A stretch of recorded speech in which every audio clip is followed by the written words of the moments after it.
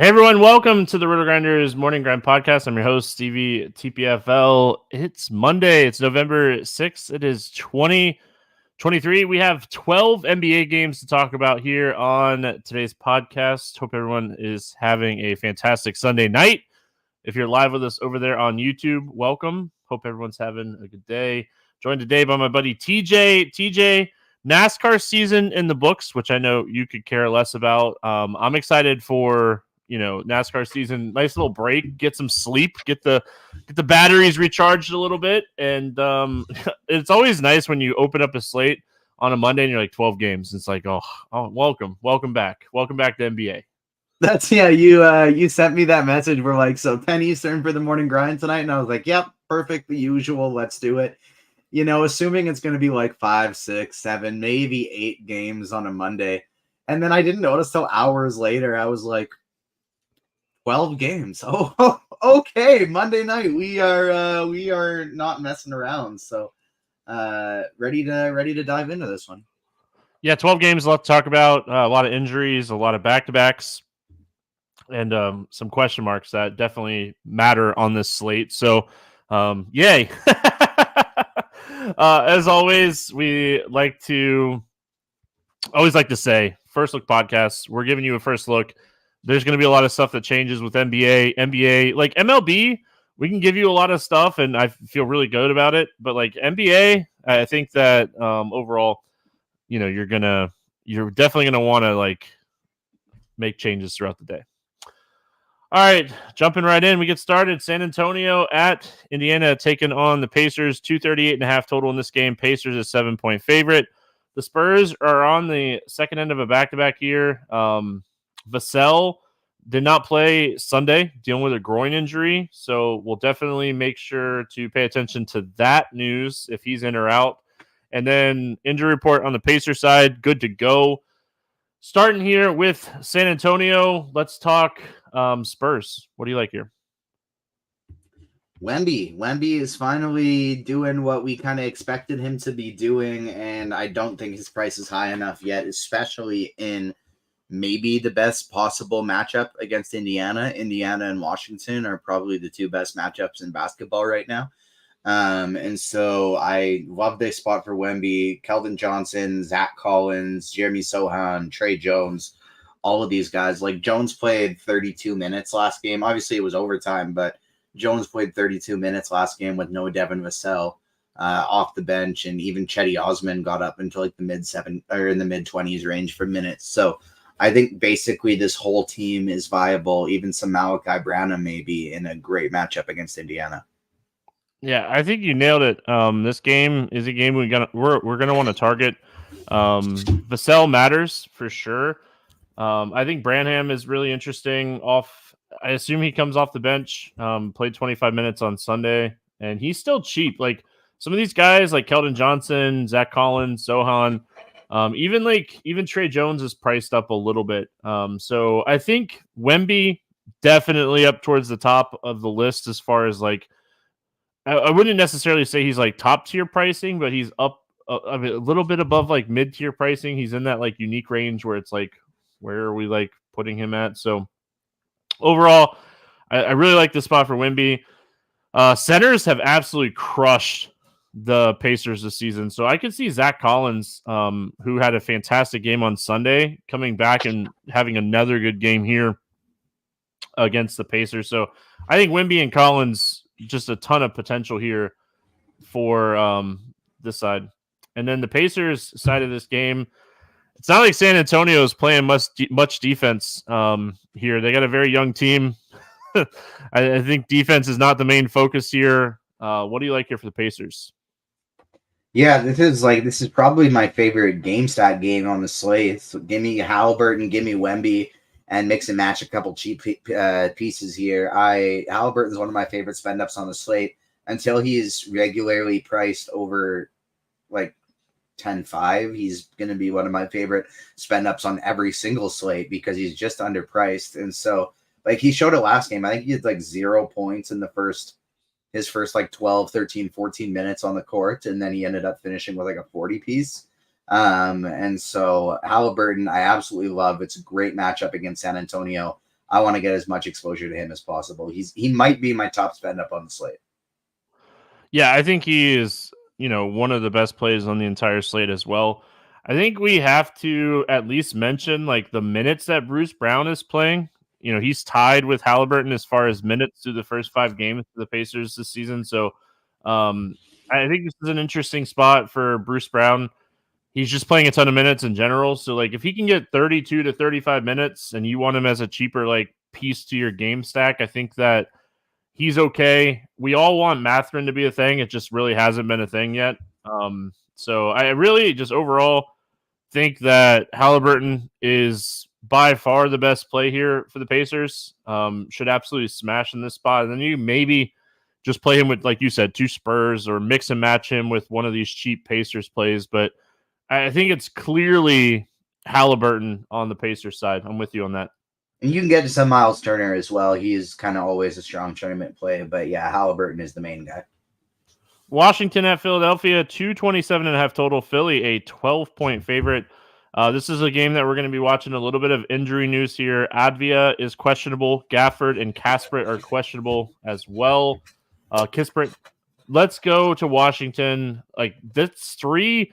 So Gafford, obviously a big man, but like 2 wing players here with Advia and Kispert both being questionable. Like, one of them being in and one of them being out kind of benefits the other. So like it'd be really interesting because like if Kispert doesn't play, Advia could see like 25 to 27 minutes and would really benefit there. If they're both out, I think like that's a scenario we see Colaby a little bit more, and like Colaby potentially plays like 28 plus minutes here. So I think it's a spot on Washington where you're watching this, and like Colaby is interesting too. TJ, I'm interested to hear your thoughts on him. Like my thought process on him is like, if this game gets out of hand and it turns into a blowout, like he probably doesn't come off the floor. So what are your thoughts here on Washington? Yeah, he hasn't had any big fantasy games yet, but he's the type that can put up a bunch of blocks, a bunch of steals, and he's been putting up shots while he's out there. So I like him quite a bit as well in that situation that they're both out. I fear for the blowout in this spot. Like, he'd probably be like the only guy I'd play on his own, and then I would get to some Jones, some Jordan Poole, and some Kyle Kuzma in lineups that I'm playing, and honestly, maybe even DeLon Wright on his own too. If we get a situation where all of those guys are out, I could see him playing mid-20s minutes. But on an 12 game slate, I don't know if we're going to need it. I see myself mostly just spending up for somebody like Kuzma or Poole, and probably Kuzma being that one guy if I'm playing Joel Embiid. And if not, just not playing any of these guys. I don't mind the right call. Like, if both of those guys are out, I think that he's another guy that probably plays a little bit in a blowout scenario. So it's an interesting situation. It's like, the problem is like, you don't really want to play like Mike Muscala. If all 3 of them are out, maybe Mike Muscala gets a decent projection for minutes in this game, and you like at least have to give him consideration. Philadelphia side, I mean, I think Maxey is interesting at 8,300, and Embiid is always in play. I think Oubre is okay here at 6K. Definitely like his price tag more than like looking at Embiid and Maxey's price tag. Problem that I have here with Philly is like, does Washington keep this game close? How does Washington keep this game close? And do I have to correlate my Philly players with some Washington players hoping the game stays close? That's it, right? Maxey and Embiid have 2 of the highest ceilings on this entire slate. It's Washington plays no defense and they play incredibly fast. Embiid could have 60 fantasy points through 3 quarters in this spot and then not play in the 4th quarter. So it's tough. I do think, like, if I ended up landing on Embiid in like a cash or a single entry, I'm fine with that, and I wouldn't feel the need to do a lot of runbacks. But in large field contests, if I'm playing Embiid, especially like if he's going to be low owned, you can just play Embiid because he could have 70 points just on his own. But if he's going to be higher owned, I probably only play him in lineups that I'm running it back with Washington players. I will say it'll be really interesting because I just looked and it's not out yet. Oh, it is. I see it in a couple places. I was going to say Embiid's rebound total has come in low a couple times this year just because he hasn't been rebounding as much. this is the worst rebounding team in the NBA right now through the first 5-6 games of the season. So I think Embiid's rebound prop is super interesting if you can find it at like 10.5. It's at 11.5 right now. I think if you can find it at 10.5, I would be on the over of that. How crazy have Embiid's assist number has been this year? Yeah, I mean, he's had one game this year with less than 6 assists. Yeah, and a lot of that is like Maxey shooting well. Embiid, they play a lot of 2-man type of game, and like he's shooting well. Tobias is shooting well to start the season. So like, I mean, just look at all the role players around Embiid this season. Like Philly looks really good to start the seaon. And they're about to get a ton more role players. Yeah, I mean, they kind of already do, right? So, but do we actually? I mean, like, I saw a report that Nicholas Batum showed up on Monday or Sunday and is expected to make his debut. So I assume that like all these guys that got moved here are gonna play, but I don't know how much Morris plays. He might be on his way out. All right, Dallas and Orlando facing my Magic here, 224.5 total. It's back-to-back for Dallas. We'll be paying attention to see if there's anything that comes out of Dallas. Because, like, Kyrie has been banged up a little bit to start the season, dealing with, like, the foot. I wouldn't be shocked if he sits in this game, like the second end of a back-to-back type of game. Magic side, Wendell Carter Jr. out and Harris out, and then Fultz is questionable. Fultz actually being questionable and Harris being out is actually somewhat interesting. We should note that Kleber didn't play on Sunday, and he has missed the last couple games. So continue to pay attention to that situation. Let's go Dallas first here. Like I said, second end of a back-to-back. The guy that I'm worried that sits the most here is Kyrie. Like I said, he's been dealing with the foot. And this seems like an awesome opportunity to sit him on the second end of a back-to-back. And, I mean, both of these teams kind of struggle, or Kyrie and Luka both kind of struggled on Sunday. Lively continues to play really solid. What are your thoughts here on Dallas? I think this is a pretty easy spot to break down because, honestly, at this point in the season, I think Luka is the best raw points play on every single slate until he proves otherwise, until Jokic or Embiid kind of eclipse him and Doncic slows down a little bit. It's him. And so if Irving is in, I don't think he's a huge priority, but if you can afford him, you're fine. You're putting some salary savers in your lineup. He is totally fine. But if Kyrie is out, I think Luka does become my priority spend up on the slate. And then that's honestly it for Dallas. I don't have any interest on anybody else there. And then on the Orlando side of things, I want to wait and see this Fultz news because obviously Jalen Suggs and maybe even some Cole Anthony become interesting if Fultz is out. And then there's Goga has been priced up $1,700 in this spot. And so while he obviously still has upside at $4,700, he's not the same like lock and load as he was when he started at $3K. The other thing you got to remember about Goga as well is Mo Wagner got into foul trouble against the Lakers the other night. So do we think, like, as a Magic fan, I think they want to give Mo Wagner the 25 minutes. I don't think they want to give it to Goga. So throwing that out there. I watch a lot of Magic games. They really like Mo Wagner in Orlando, and I could see Mo Wagner getting the 25 minutes if he can stay out of foul trouble in this game. And I think I'd prefer him with Goga's price coming up so much. I think I'd rather go to Mo Wagner. Orlando, like, for me, Banchero and Franz Wagner are the two guys that I really like here. Like, we're starting to see Paolo Banchero get usage, get rebounds. His assist rate continues to go up because the Magic are playing really good. They're playing really good defense, too. They are still one of the top defensive teams in the league, and they just continue to play great defense. Them in Minnesota. Minnesota is playing phenomenal defense to start the season. So just keep that in the back of your head.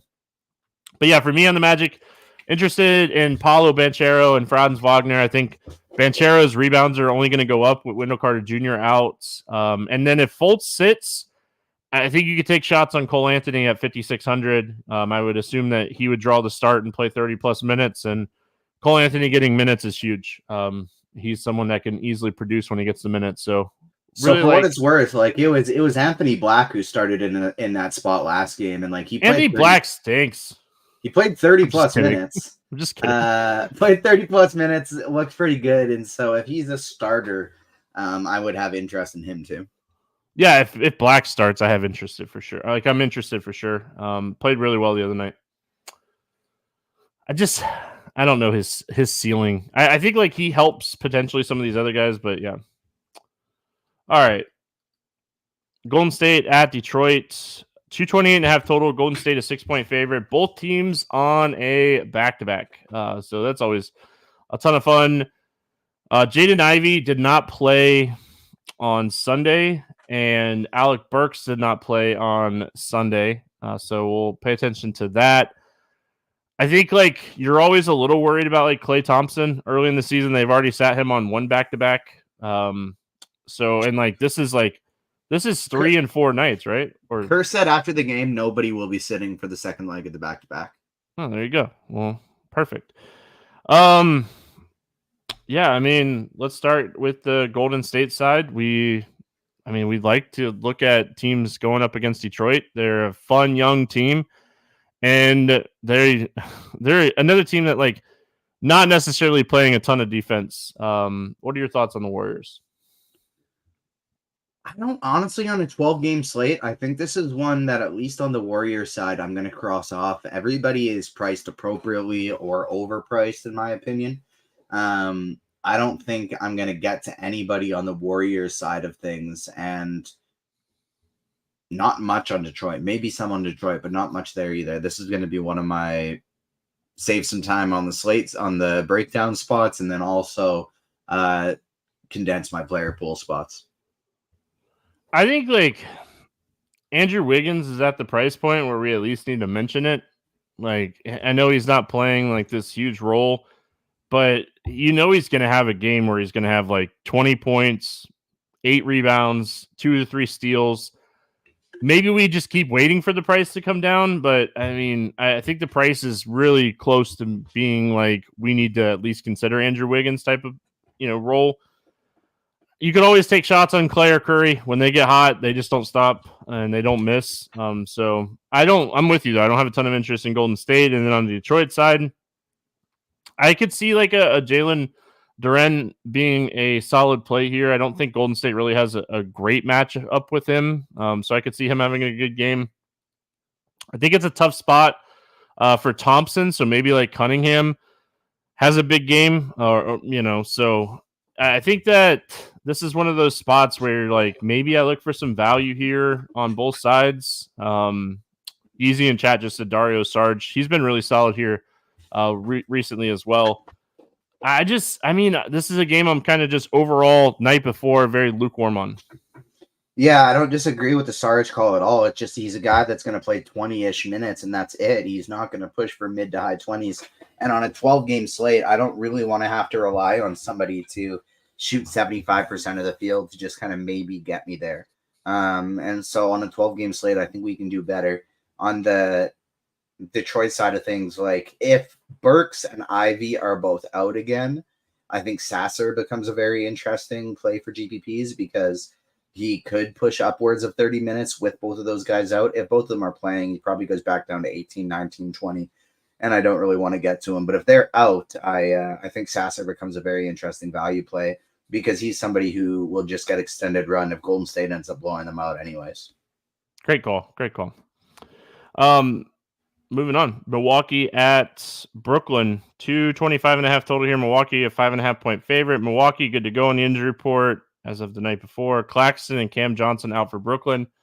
We'll start here with Milwaukee. We finally saw like Brook Lopez have a Brook Lopez game. What was it? Was it Thursday or Friday? It was Friday, right? Against the Knicks. 4 threes and 8 blocks. 8 blocks. I mean, and they just kept leaving him open for 3, and he just kept shooting them. And they kept talking about like how awful the rim protection has been this season for Milwaukee, and like then it just like Brook Lopez is like, all right, well, I'm gonna shut up the haters. What are your thoughts here on the Bucks? Brook Lopez, I do have somewhat interest in at 5.5K, but other than that, not much. Now, this is in theory like the best possible spot for Giannis Antetokounmpo. No center on the other side of things. He should just Day'Ron Sharp's barely playing. So you're telling me Royce O'Neal, maybe Ben Simmons if he plays, and Dorian Finney-Smith are gonna be the guys out here. These guys are gonna be the guys protecting the rim for me. And so I think in theory, Giannis should be able to have an absolutely massive game. He just hasn't done it once this year yet. And I'm not sure I wanna spend up for him in tournaments when like he just might not be doing the same, might not be being as aggressive earlier in the year for the regular season. They got Lillard there now. He might just be chilling, thinking like we're here to win a championship. I don't care about another MVP. And so I'm not necessarily sold on it. In theory, he should be able to smash, but I kind of want to wait and see him do it once first. Yeah, the price is definitely nice for Giannis just in general, but I mean, we're looking at 1.42 fantasy points per minute for Giannis this season, and last year he was 1.78. And the price it's adjusting. I don't know if it's adjusted enough, but like that's a huge difference. 1.78 is definitely worth 10.6.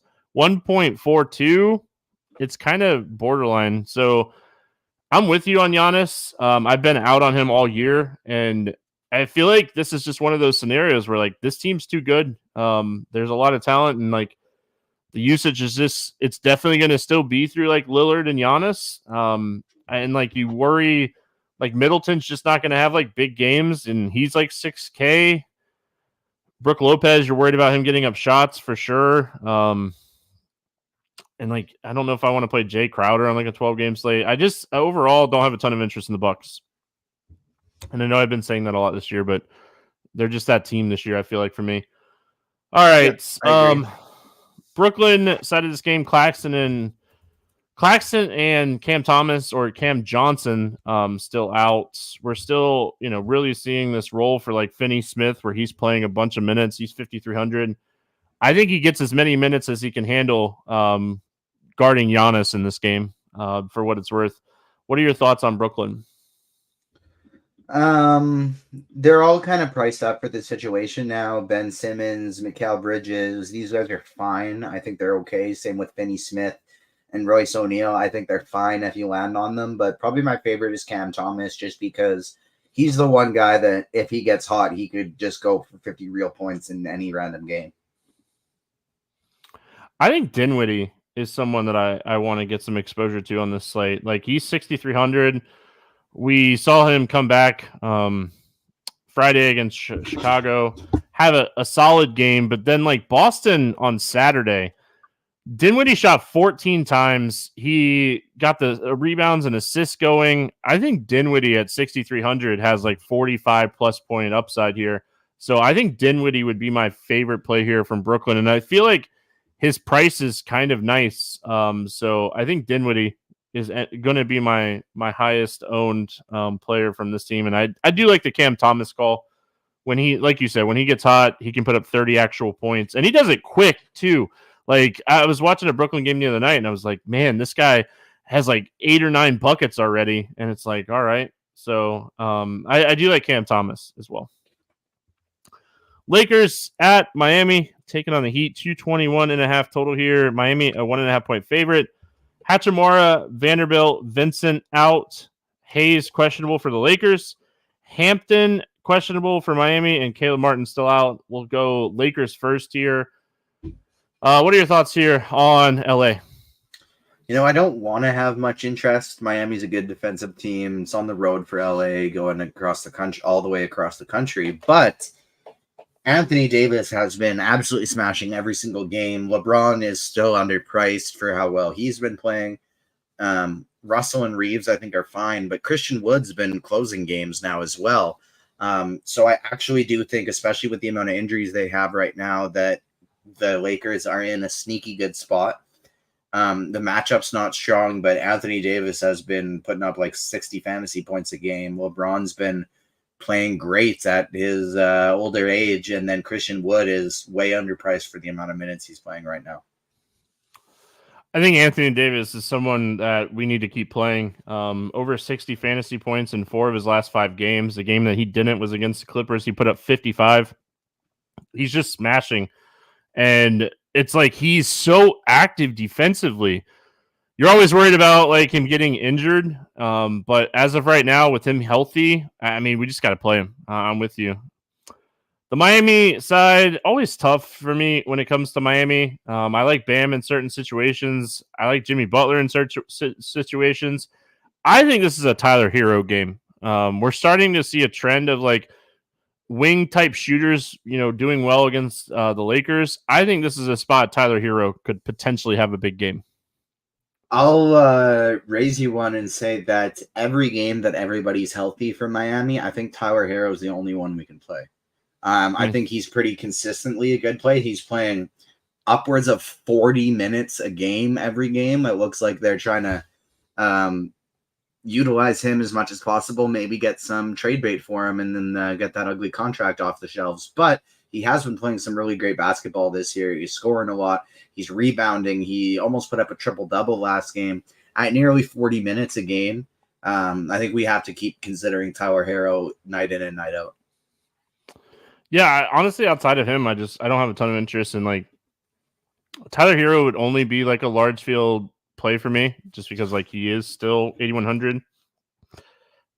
I feel like you could always take shots on Jimmy Butler too. Like he'll have those games from time to time. He goes for like 50 plus playing against his buddy LeBron. Maybe he shows up and have a big game.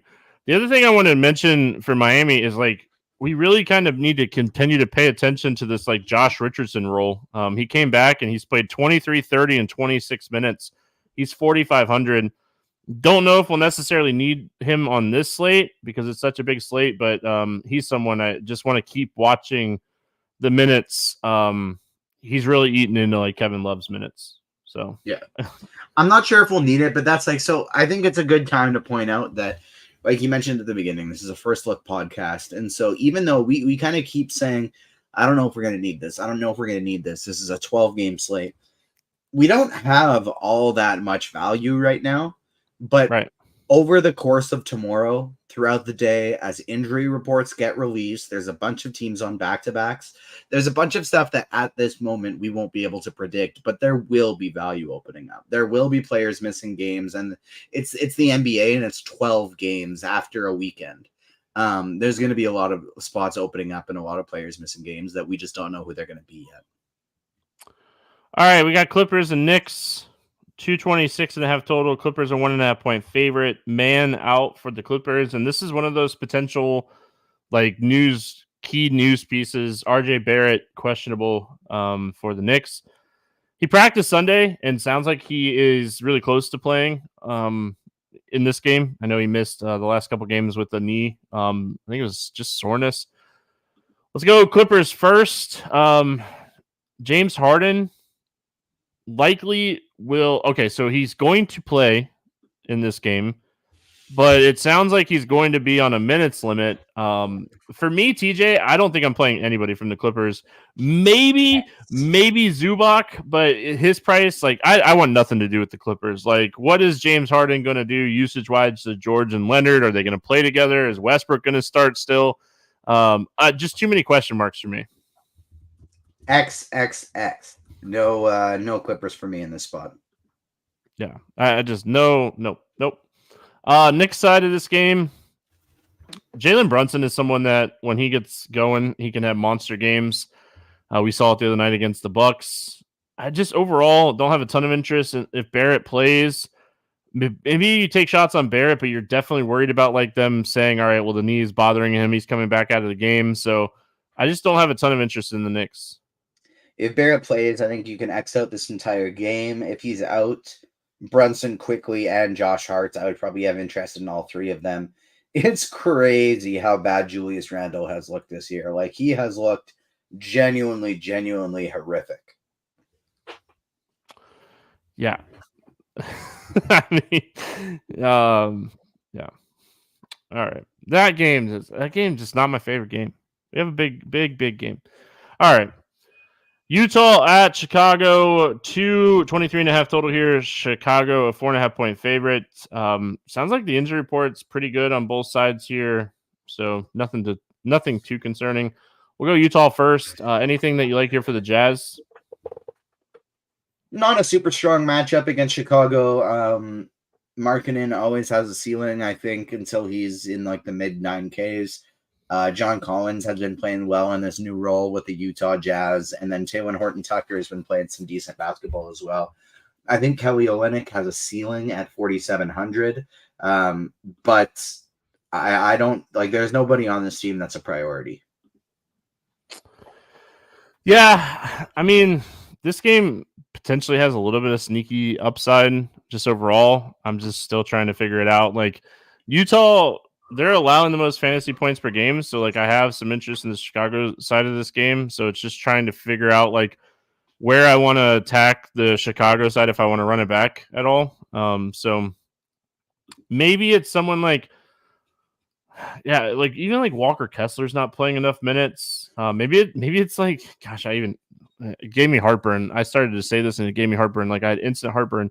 Maybe it's THT. Horton-Tucker is showing some upside. He's shooting the ball a ton. His usage rate is through the roof. So maybe it's Horton-Tucker for the Jazz that I get some exposure to. I think I'm just going to be full stacking this Indiana and Spurs game and not worrying about anything else. All right. Well, talk to me here about Chicago. What do you like for the Bulls? While all the players are healthy, I never like stacking up this team. It's basically just picking one if they fit my lineup. And so Levine, Vucevic, DeRozan, White. Those are the four Bulls players that have been in my pool almost every night. And I rarely add anybody else to that list outside of maybe a Andre Drummond in the game I think might blow out. And so it's the same four guys for me in this spot. None of them are main priorities, but if they land in my lineup, I'm not mad about it. Vucevic has been playing really well this year, so he'd probably be my favorite. Yeah, I like Vooch a lot in this spot. I think he has like one of those like Patton and Vooch like 45 plus fantasy point games. I like the price on DeRozan. It's just like we really haven't seen that like huge ceiling, and like he's such a good like point prop player instead of like a DFS player because like he just doesn't do anything else. He just scores. He's not going to go out and get you 10 assists and 10 rebounds. He just scores. So I think like you're going to need for DeRozan to have like steals and stuff like that, and I hate kind of trying to predict how that's going to show up. So I think Vooch is the play for Chicago today. Atlanta at the Thunder taking on OKC. 236.5 total, one of the highest totals that we have on this slate. This game and the Indiana Pacers game. Atlanta 3-point favorite. Matthews is out, and then on the Thunder side, SGA and Kendrick Williams, they're both out. Obviously, SGA matters. We'll talk about that in a second. But let's start with Atlanta. Good matchup against the Thunder. Should be decently paced game. The Thunder, they're 6th in pace. Atlanta's 4th in pace. Like, I think potential to be like the fastest paced game on the slate, just there, up there with the Spurs and Pacers as well. What do you like here for Atlanta? Quite a bit. Trae Young is totally fine in tournaments. I don't mind him one bit, but DeJounte Murray has just been too cheap this entire season so far. As long as he's cheaper than 8K, I always have interest in him, and this is a great spot for DeJounte Murray. Jalen Johnson randomly didn't start one game, and then he popped back into the starting lineup and immediately smashed again with 42.75 DK points in his last game, 36 minutes. So as long as he starts, I think he's at this point one of the better values we have on this slate at 5.6K. Okongwu's price has gotten to a point that I don't really know if I want to go there anymore, but I think he's still got the upside. Capella, the upside is there, but again, it's just kind of tough choosing between one of these guys when they're just splitting the minutes down the middle every time, and you never know which one is going to be playing more. So DeAndre Hunter is fine. He's shown a bit of a ceiling this year, but it's mostly just Young, Murray, and Jalen Johnson for me, with Johnson and Murray being my two main priorities. if Johnson starts, they usually bring Bay in off the bench. I have interest in Bay if he doesn't start. I want him with that second unit. He gets more shot attempts with that second unit than when he's playing with the first unit. So I think Sadiq Bay, if he doesn't start, still plays like 25 to 30 minutes, just gets more usage, more shots. And that's, I mean, at the end of the day, that's what we want at 4,500. And he's someone that can fill up the rebounds and get some steals. 30 fantasy points at 4,500 for Bay would be fantastic. So one to throw his name out there. That's like the direct correlation with him and Johnson for me. Thunder side, SGA out is huge. Holmgren is someone that I definitely have some interest in here. I think that he's an extremely talented young player. I know Josh Giddey didn't have like a stellar game on Friday with SGA out, but like Josh Giddey is a guy that definitely benefits from SGA being out. We saw Lou Dort have a really solid game. He scored 29 actual points the other night. What a game for Dort. And then the other one I wanted to mention, I talked about him on the podcast Friday. Kaysen Wallace, his price went down a little bit. He played 36 minutes the other night. I really like that. And I'm interested to get your takes on like a Jalen Williams. I know he burned a lot of people the other night. He was super popular. Do you think people go back to the well here? His price went up. He burned people. Just give me your thoughts on the Thunder overall. I mean, I hope they don't because I still love him. He still put up like 32 fantasy points in that spot with 6 turnovers, 6 personal fouls. And I think he had like 7 fantasy points at halftime. Yeah, like it's the potential for so much more was there. He's the one who benefits the most when SGA is off the court. And so I still like Jalen Williams. I love Chet Holmgren. Dort is fine, but he also absolutely shot the lights out in that spot. So he'd be the third spot for me, but Jalen Williams and Chet Holmgren I do really like. This is one of those situations that if Dort gets a ton of ownership, I'm going to look to pivot to like Wallace or anything in this range. So like Isaiah Joe got a lot of ownership and he projected well the other night. He scored 16 actual points, had a really good game. It's just he doesn't do anything else. So he's not going to fill up your stat sheet, and like you're going to need him to score like 30 actual points to have a ceiling night. Don't know if that's the case. Boston at Minnesota, 225.5 total in this game. Boston a 4-point favorite. Brissett is questionable for Boston.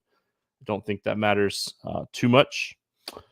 We'll go Boston first here. Tough matchup against Minnesota. I got done saying that like the defense for Minnesota has been fantastic to start the season. Minnesota also plays really slow, so they're going to definitely try to slow the Celtics down here in Minnesota. What are your thoughts on Boston? Jason Tatum is very interesting. He's just been crushing it every single night, always. I think he's a early dark horse to win the MVP. But outside of that, like there's just too many good players on this team. If Derek White, he's expected to come back here. Like, I just think there's too many cooks in the kitchen. Holiday, Browner, and Porzingis are all fine. And there is a chance one of them hits a ceiling for sure, but figuring out how to predict that when there's so many good players in this spot, it's tough. So I think this will likely be in a slow-paced, tough defensive game. I think this will likely be a fade spot for me. I think this is a spot we can take some Drew Holiday just because of his price. 7K. And like Jaylen Brown is going to have those games where he just goes out and shoots 25 times and scores 35 fantasy points or 35 actual points. I mean, I have interest in Drew. I like the Tatum call as like a pivot off the top end type of plays.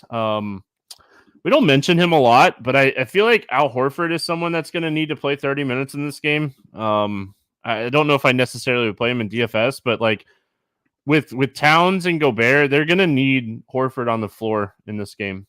So if you get into a bunch and you need someone, I don't hate the spot for Al Horford. I could see them as opposed to that, just turning this into a game where Gobert can't stay on the court. And they just run 5 out, then he has to go out and guard Porzingis, and he just won't be able to. Yeah, but teams try to do that with Minnesota, and they just leave Gobert on the floor. I'm just telling you. I'm just telling you. This Celtics team may be a team that they just can't with all 5 guys being able to shoot threes. Yeah, I mean, that's true. Minnesota side of this game, always have interest in Edwards just because of his usage. Towns, like, you get those games where like Towns will score like 20, 25 actual points and have 10 plus rebounds and get that double. It hasn't happened a lot this year, but I mean, the upside for Towns is always there. I actually kind of like Gobert's price. If you're in the mindset with me thinking like they're going to try to put Al Horford out a lot, I think this is a spot Rudy Gobert could go for like 40 plus fantasy points. So I don't mind Rudy Gobert in this spot either. Yeah, I'm kind of on the other side of it. I think he might end up getting limited minutes, but it's one of those situations where it's probably one or the other. It's probably a big game or a pretty terrible game. It's not really a mean spot for him. Sorry. Anthony Edwards and Karl Anthony Towns are too cheap, and then you can always take shots on Naz Reid in tournaments. He always has a ceiling at that price tag. Yeah, and hear me out. I think Mike Conley's somewhat interesting in this game too. I think he plays 28 plus minutes and gets like his 8 to 10 shots up and gets some assists and scores like 30 fantasy points at 4,900. Depending on the value that opens up through the day, I think Mike Conley is right now on my list as a potential value play for this slate. Yeah, I don't mind that. All right. This game, I want to play this game. I just don't know if I'm going to. Sacramento at Houston, 218.5, one of the lowest projected totals on the slate. Houston, 1.5 point favorite. Fox and Lyles out for Sacramento. Eason and Oladipo out for Houston. Go Sacramento first. I mean, no, Fox is huge in this spot. It's just figuring out like how we want to play Sacramento because they just haven't been playing good. I mean, they've been awful. Let's just call it how it is. What are your thoughts here on the Kings? Yeah, without De'Aaron Fox, this team definitely goes downhill a lot. I think Sabonis is fine, but he doesn't actually see a boost without De'Aaron Fox. Keegan Murray and Harrison Barnes, Kevin Huerter, I think they're all playable in this matchup. But for me, it's Malik Monk night. I've been loading up on Malik Monk every game without Fox. I'm going to continue to do so. I'd love to see a few more minutes, but these games also haven't stayed close. Like you said, they've been terrible. And so Malik Monk, definitely my favorite guy. He's been priced up, but he's still too cheap, and he never gets ownership at that price tag. And so I think Monk is a phenomenal tournament play. Yeah, I wish they'd start him over Mitchell. I mean, I still think he's a great tournament play. I don't disagree with you. I just wish they'd start him over Mitchell. Because they leave Mitchell out there for so long, and then like Monk chucks in for Herder and then plays through like Mitchell coming out of the game for a little while. But I mean, I think Monk is the play. Like if you had to choose between like Mitchell and Monk on like who you wanted to play, I think it'd be Monk. I just wish he'd start, but whatever. Sabonis, I mean, I could see Sabonis smashing in this spot. I know he didn't do it the other night when these two teams played, but I could see a really good game for him.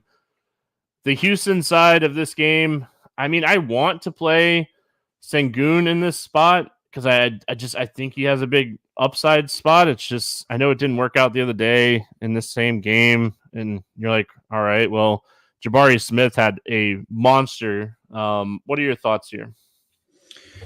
Yeah, I like Sengun and Smith. I only ever want to play one of them in the same lineup, but I don't play them together. But I do like Sengun and Smith. Sabonis is just one of the very worst defensive players in all of basketball, or at least compared to how good he is offensively. And so I like both those big guys. Green is fine, but I just feel like it's another case of a bit too many cooks in the kitchen for him at that price. I like Fred VanVleet a lot for tournaments. And then like if Dylan Brooks is going to play mid-30s minutes, he's not going to shoot 60% from 3 all year. But if he's going to play mid-30s minutes, he's totally fine. Yeah, I mean, VanVleet had a monster game the other night against when these two teams played. 53 points, fantasy points. And like I like the Dylan Brooks call a lot.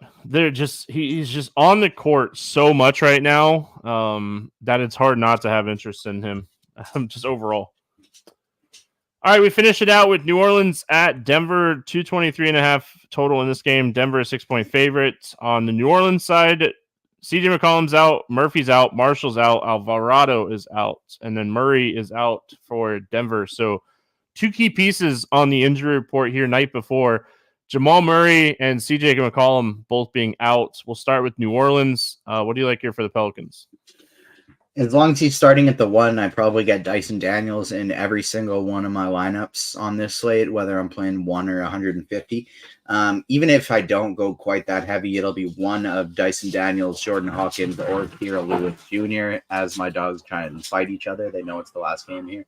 Look at these guys go at each other. This is why you got to get on watch on YouTube. This is a pay-per-view fight we got going on right now. Hey. Sorry. You go. What do you think about New Orleans? I got to shut these guys up. It's fine. Yeah, I mean, I definitely, if Dyson Daniels starts, I have interest in him in this spot. It'd be interesting to see if they start him or Hawkins. I like whoever starts. So if Hawkins starts, I like him. If it's Daniels, I like him. And then I don't mind this spot overall for like a Brandon Ingram. I just don't think he has upside at 8K. And I don't have a ton of interest in Zion.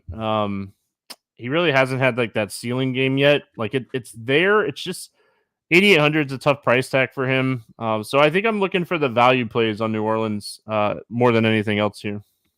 Yeah, Ingram I would only play, or even somebody like Jonas Valanciunas, I'd only consider playing them if I had Joker in the same lineup. But it's mostly Dyson Daniels or Jordan Hawkins for me in this spot, and maybe even somebody like Kira Lewis Jr. if I'm running 150. All right, let's go to Denver.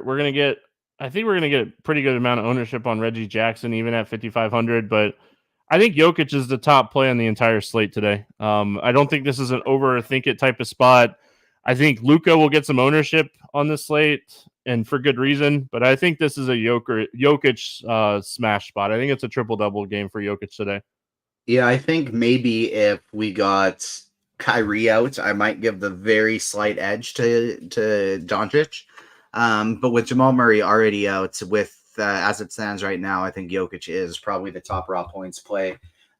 With Kyrie in, it's Jokic. With Kyrie out, I think it's Doncic. But that $400 discount might be just enough to give the edge to Jokic as the top play anyways.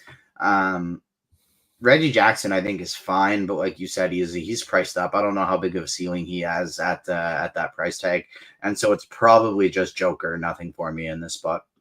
The other thing that I'll note here is if Jokic is like handling more like assist type of role, we typically see when Jokic is doing this, like Aaron Gordon picks up a lot more rebounds.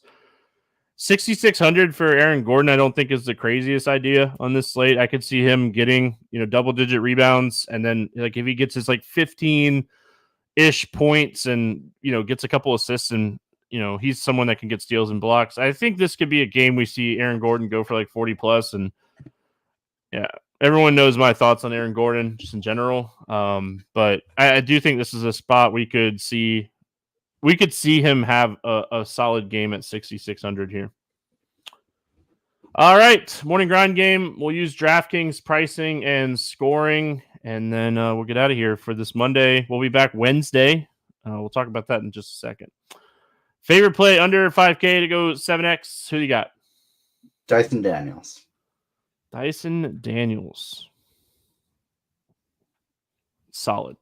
I like that one. That one's solid. I was struggling with this one earlier, and I guess I'll go a little contrarian here and say Saddiq Bey. I do like the spot for Saddiq Bey. Over 8K to go under 5X. Who's your bust today? My bust today is going to be Paul George. Paul George. I like it. I'm going to go Giannis. We haven't seen the ceiling yet. Favorite 6X play. Who do you got? Any price range. Ownership doesn't matter. Who's getting 6X today? Malik Monk is most definitely getting 6X today. Getting the job done. I like it.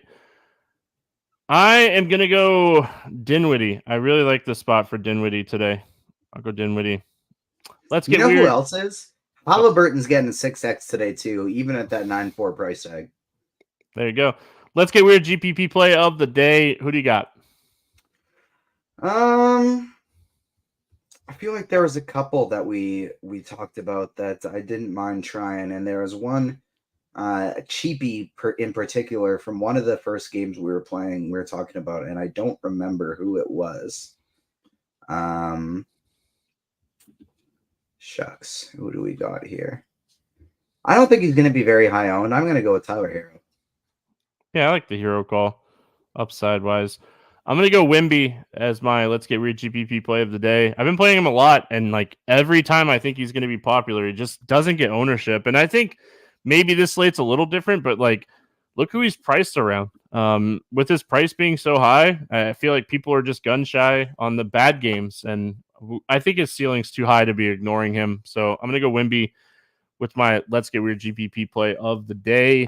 Not a ton of props out, so we're going to skip the props question of the morning grind game, and we're going to get out of here. TJ, any final thoughts before we do?